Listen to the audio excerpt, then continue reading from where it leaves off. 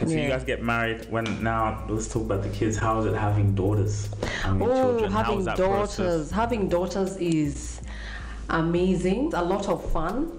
Having kids in Australia, especially growing up in Kenya where you have help, you kind of to some extent compare, because it's hard work, but it's very rewarding because the connection you have with your kids is different, and then you kind of have a lot of opportunity to instill values in them, and also a lot of opportunities to be a role model to your kids. Okay. And so for me, I think I really embrace this opportunity to spend time with them, although it's not easy. When you're trying to, build an empire, trying to hustle, trying to find time to manage all that, and, grow the family as well as have time for them, because my kids, they're into music, they're into dance, and I want to make sure that they don't miss out on those opportunities.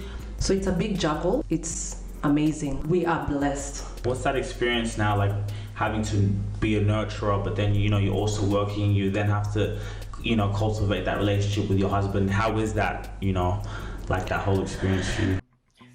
Hey guys, I know you're enjoying this video, but I got some exciting news for you. If you're like us here at the Rubasha Family Podcast, and like myself, we all about traveling in style. Now this video is brought to you by Booking.com. Now we all know when it comes to holidays, when it comes to choosing a destination and having the best extensive information and flexibility, Booking.com are gonna do it for you. We've been able to plan so many holidays with our family, our friends, bringing love, bringing joy, bringing inspiration. Life is so precious, life is so joyful, and you always wanna do things with style. You always wanna do things with such confidence and joy that you don't wanna miss out. When it comes to looking for amazing accommodation, hotels, whatever it is, Booking.com is the place to go. I personally experienced it, and it's all about giving value and service to people's lives. Click the link in the description. You don't wanna miss out on that. And let's get back to the video. I think it's an experience that it takes a lot of sacrifice and rearranging yourself and learning and unlearning a lot of stuff, because trying to find the sweet spot for all of you is not easy, because I know there's a lot of talking about work-life balance, but it's very important, because one of the things is I want to continue pursuing my passion, pursuing my goals, but I also don't want to miss out on this precious time on my family and the kids when they're young. And sometimes I've had examples of people who will say, even in marriages, you focus so much on other things, and so your kids, you're hustling, and then you forget about each other as partners. So when the kids grow up and when you hustle, you're not hustling that much anymore, you kind of have lost each other in between. So it's always, you have to constantly work on those things and be consciously aware that you have to put in the effort to be there for your partner, for your children, but also continue pursuing your passion. Yeah. How do you and Uncle Boomsel find time to connect with, children, work? Like what? I think it's a conversation that we have a lot, and we are always trying to figure out what's the ideal thing. And sometimes you come up with solutions and then you find they're not realistic. You say, oh, we're gonna be having date night every night on this day, and then things just don't work, because his job is also very demanding.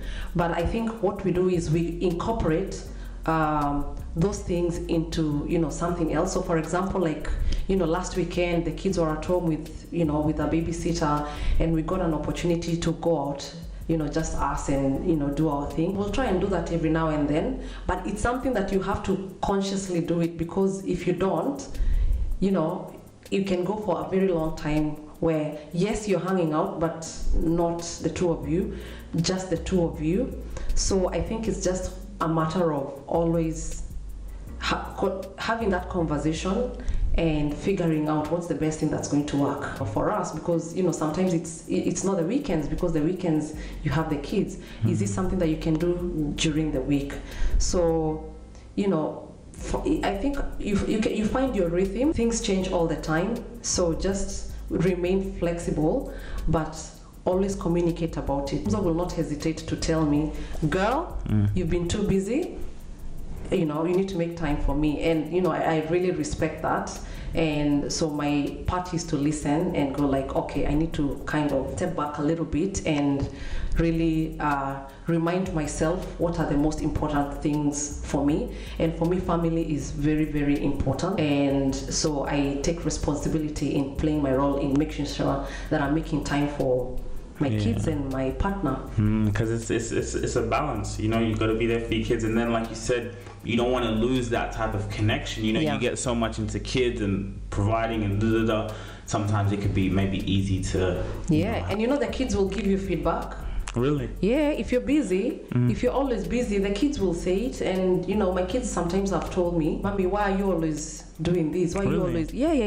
They'll tell me, you know, "Oh, why are you always in the office?" You know, they'll ask me such things, and I'm like, that's a cue to actually, you know, ask myself, do I need to spend this much time in the office? Is this the right time to do that?